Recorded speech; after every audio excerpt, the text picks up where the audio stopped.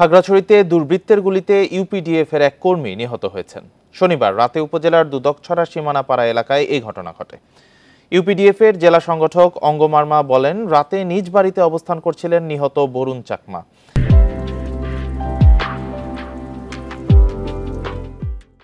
এ সময় দুর্বৃত্তরা বাড়িতে ঢুকে তাকে গুলি করে পালিয়ে যায়। এতে ঘটনাস্থলেই তার মৃত্যু হয়। হত্যাকাণ্ডের ঘটনায় সন্তুল আনমার নেতৃত্বাধীন পার্বত্য চট্টগ্রাম জনসংহতি সমিতিকে দায়ী করেছেন তিনি। হত্যাকাণ্ডের বিষয়টি নিশ্চিত করেন পানছড়ি থানার ভারপ্রাপ্ত কর্মকর্তা শফিউল আজম।